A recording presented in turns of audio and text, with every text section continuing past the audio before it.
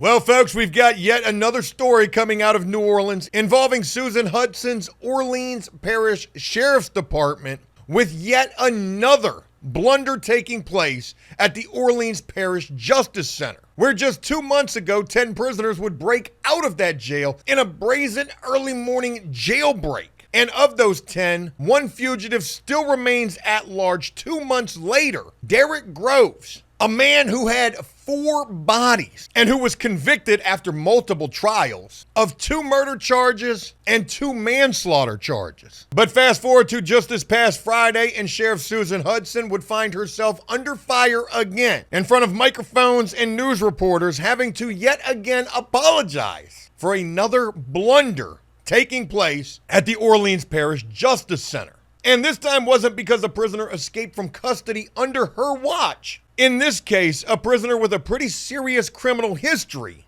was mistakenly released. And certainly one of the questions that first comes to mind hearing something like this is, how could something like this even happen? Khalil Bryan, inmate mistakenly released from Orleans Justice Center, now a fugitive. Folks, he certainly didn't voice any concern, saying, hey, I'm really not supposed to be released. I've actually got charges here and in another parish. No, not at all. When they called his name, hey, Khalil Bryan, B&B, pack it up, you're getting released. Buddy was like, shit me, putting whatever belongings he had together, only then to be escorted down to booking, dressed out in his street clothes, I imagine, and let out right through the front frickin' doors of the jail. Not only did this prisoner not voice any concern that it was not his time to be released, but he sure took full advantage of the opportunity, because at this point, just a few days separated from when this escape took place, and we don't even know when this escape took place.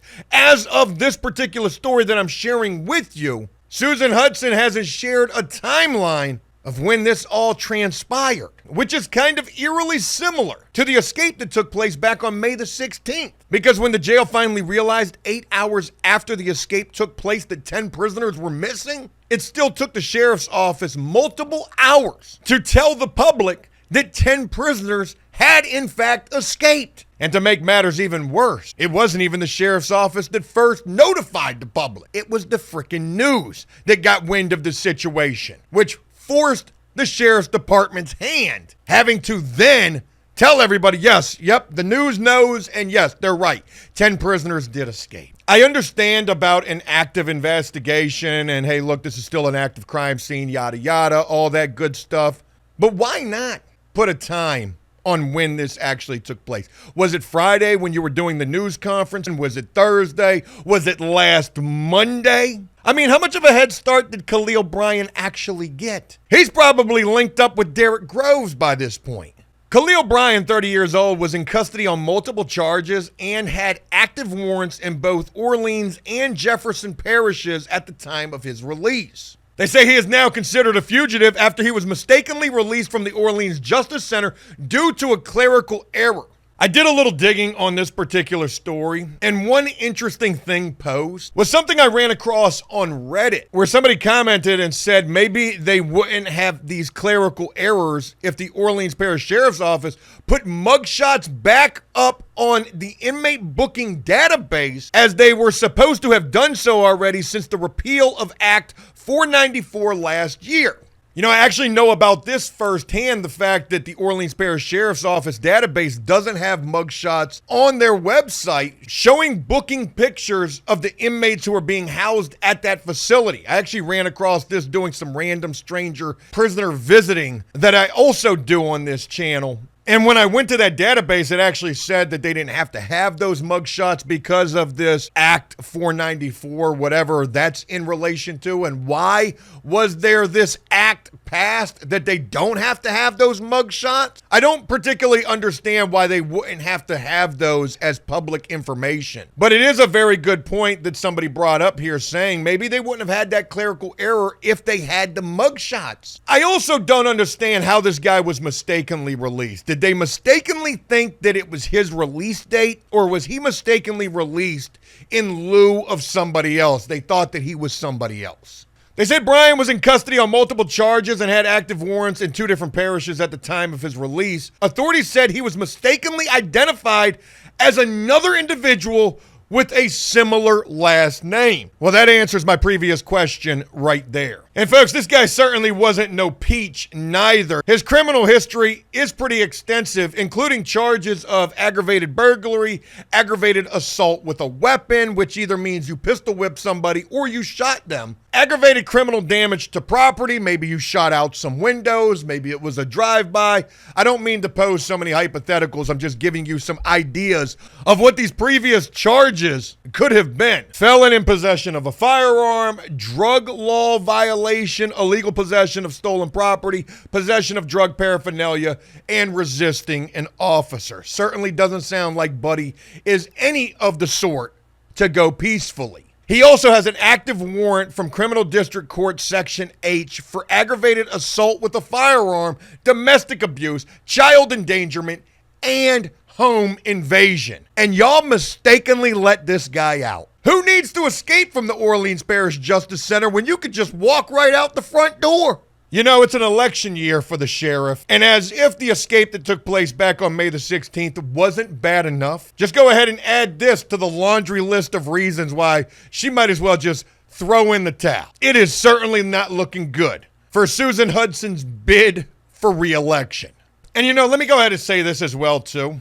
It ain't even necessarily her fault, per se. I mean, it's not like she was the one that actually let this guy out. This shit just happened under her watch. And you know, she does have the power to get those mugshots back on the database if that was the reason why. If there's no mugshots on the database, do the prisoners inside the facility wear armbands with their mugshots on them? You got to imagine that they do. But if there's no mugshots to compare those to, I'm him.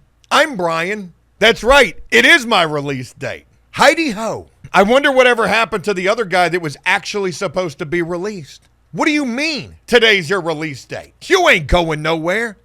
Matter of fact, we already released somebody with your name. Wait a minute. Did we just make a mistake? When, again, I ask, did this take place? Last Monday? 2 weeks ago? Why all of a sudden now are we addressing this situation? Is it anything like what happened with the escape, where the news got wind of this first and you had to address the elephant in the room? I'd certainly be curious to know. At a Friday press conference, Orleans Parish Sheriff Susan Hudson apologized publicly and took full responsibility for the mistaken release. I want to make a sincere apology to the people of New Orleans, she said. The mistaken release of Khalil Bryan was a serious error, and as sheriff, I take full responsibility. Hudson explained the release stemmed from misidentification based on a similar last name and described it as a breakdown in the jail's verification system. Again, going back to mugshots on the database. But just because we can't see those mugshots doesn't mean that the jail doesn't have them. So I do need to make note of that. Just because they're not available to the public doesn't mean that the jail doesn't have access to them. And if they do have access to them, then how the hell did this take place? Hudson said an internal investigation has been launched. Relevant agencies and the victim have been notified. Oh my God, what if something happens to the victim? What if Buddy goes out there and commits more crime? And the staff on duty at the time will be questioned. I want the public to know this should have not happened. Yeah, that shit sounds good. But unfortunately, it did. It was a failure of internal processes, and the public has every right to expect better, especially come November when them voters cast their ballots. The New Orleans Police Department Superintendent Ann Kirkpatrick, she had a lot to say in relation to the escape that took place, emphasized the department is actively assisting in the manhunt, even though the release did not happen under their jurisdiction. Way to pass the buck right there and make sure that you guys make it known. Y'all ain't have shit to do with this, just like you didn't have shit to do with the escape. Hey, look, we're the police. They're the sheriff's department. We're in the streets. They're in the jail. We are a law enforcement community that works together in partnership, she said. Even though it was a mistaken release from custody, you are on notice. You are a fugitive. Kirkpatrick said in a warning to Brian, I'm going to ask that you turn yourself in. You and others who may be harboring him at this moment will be subject to prosecution yourself because you are on notice. Sometimes I wonder if they just do this shit on purpose. Like, look at all the attention we got back during May and June when the escape was taking place and we were capturing fugitives and we were carrying out these search warrants and SWAT exercises. Maybe they're just bored down there. Maybe this is sort of like reindeer games for them or some shit. I know that I'm just being silly saying those things. But my God, I mean, my heart really goes out to the people of New Orleans who have to deal with this shit again. It's like freaking Groundhog's Day down there. Y'all just can't catch a break. It's one thing after another. I don't know how y'all feel safe down there. You're going to be seeing the same shit take place. And I wonder where this guy was housed at. How ironic would it be if he was in the same cell block where the escape took place from? Or at least on the first floor. But he does have some pretty heinous charges that he's locked up for. And what we learned from the escape that took place was they love to keep those guys with the worst charges down on the first floor with the easiest access to a potential escape if one were to happen. This guy Khalil Bryan could have been sitting in there planning an escape. He might have already had the toilet halfway sawed off, and y'all just went and released him. How could you take the authorities serious when shit like this seems to be a common occurrence? Sadly enough. Kirkpatrick added that it's not yet known whether Bryan realized he was released by mistake and said potential new charges would be up to the district attorney's office. What? That's crazy. They said that it's not yet known whether this guy realized he was released by mistake or if he really thought he was just being released. Oh, shit. Hey, they must have dropped them charges.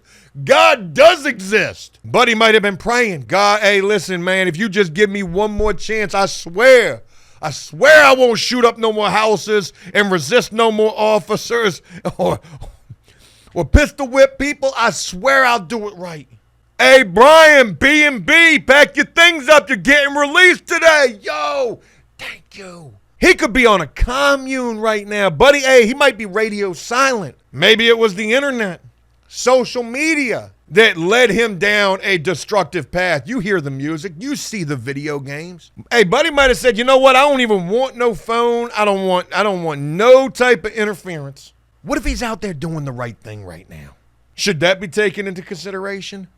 Do you think that he is? Folks, we have no idea when this guy was released, but we can assume it's probably been about a week, which is crazy.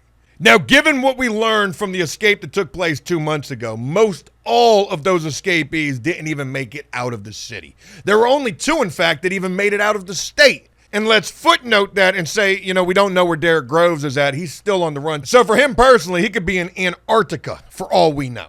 But there's a very good possibility this guy is still in the local area. Do you think that he's apprehended quickly? Do you think that he has any type of longevity? The second longest escapee of the bunch was Antoine Massey, and he made it something like 6 weeks on the lam. What if Khalil Bryan pulls the Antoine Massey move, takes to social media proclaiming his innocence? What's going to happen to Khalil Bryan once he's apprehended again? Is he going to be shipped off to Angola, where the rest of those escapees who have been captured currently are?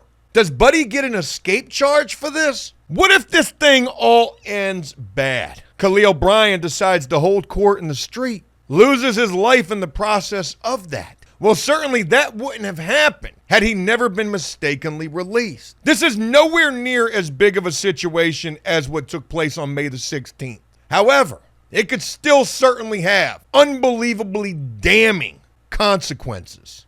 He may know he was mistakenly released, Kirkpatrick would continue. We don't know that. That will be up to the district attorney's office to what type of charges would be filed, if any. The New Orleans Police Department Violent Offender Warrant Squad is actively searching for Bryant and working urgently to bring him back into custody. Officials say Bryant should not be approached. A timeline for the mistaken release has not been made public, and officials said the only confirmed link in the mix-up was a shared last last name. Authorities say they will provide the most up-to-date photo and description of Bryant as the investigation continues. Anyone with information on his whereabouts is urged to call the Crime Stoppers hotline. The incident adds to mounting criticism of the Orleans Parish jail system, which came under fire in May after 10 inmates escaped in a high-profile jailbreak. Derek Groves still remains at large. And they're saying anyone with information in relation to Derek Groves should call Crime Stoppers, and there's still a $50,000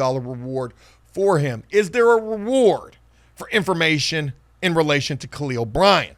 Just wanted to bring you this story. I find this absolutely shocking that a situation like this could take place so soon after a very notable jailbreak just took place in the same damn jail. And I'll really be curious as to what you think in relation to this. If you found some interest in this video, please leave a like and a comment letting me know exactly what you think.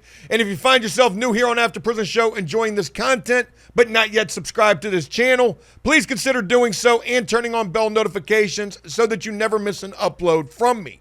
It would greatly be appreciated and go a long ways to helping to support this channel. As always, until next time, enjoy life, the free world, never take a moment for granted, and make the most of every day. Peace!